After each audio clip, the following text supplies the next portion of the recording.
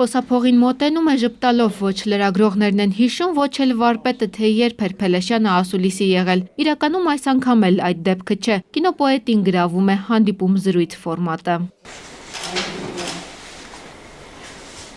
Նախահանդիպման առիթի մասին նախարար Ամիրյանն ու Արտավազդ Փելեշյանը հուշագիր ստորագրեցին։ Նախարարությունը կաջակցի վարպետի նոր գրքի հրատարակմանը։ Փելեշյանը կինոգիտական էնցիկլոպեդիա է գրում ռուսերեն, որը կթարգմանվի անգլերեն ու կտարածվի ամբողջ աշխարհում։ Այն թեման, որը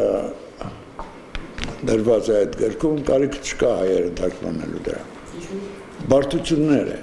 շատ բարդ թեմա է։ Սա տեսանելի ապագայում վարպետի հայաստանյան այցի ամենակարևոր պատճառը Homo sapiens-ն է։ Այն կինոսցենարի, որը Փելեշյանը մտքում ունի դեռ 1968-ից, կարող է վերջապես իրականություն դառնալ։ Պետք է ընդամենը $50 միլիոն, ասում է վավերագրական կինոյի լեգենդն ու ժպտում։ Պետությունը խոստացել է գտնել միջոցները։ Ոչ մի բան չի փոխվել, այսքան տարվա մեջ 30-40 տարի է, ոչինչ չի փոխվել, ու չի էլ փոխվի, ուզում է 50 տարի էլ անցնի, ոչինչ չի փոխվի։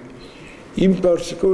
այնտեղ հիմնովին է լուծված հարցը։ Մինչև Homo sapiens-ի աշխատանքը սկսել է Փելեշյանը եկող տարի նոր դոկումենտալ ֆիլմ կնկարի։ Վարպետի տեսախցիկը ֆիքսելու է տարերքը։ Նախնական աշխատանքային վերնագիրը կոչվում է տարերք։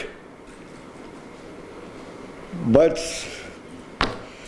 երևի բնությունը ավելի է սազական, բնություն։ Տարերք։ Նորություններից հետո անկեղծ զրույցը շարունակվում է կինոյի, ժամանակի, կյանքի ու վարպետի մանկության մասին։ Հեռանալիս էլ հիշեցնում է, Փելեշյանը հարցազրույց չի տալիս, ինքն էլ չգիտի ինչու։ Այդպես է։ Անի Հակոբյան, Նարեկ Գալստյան, ժամը լրատվական։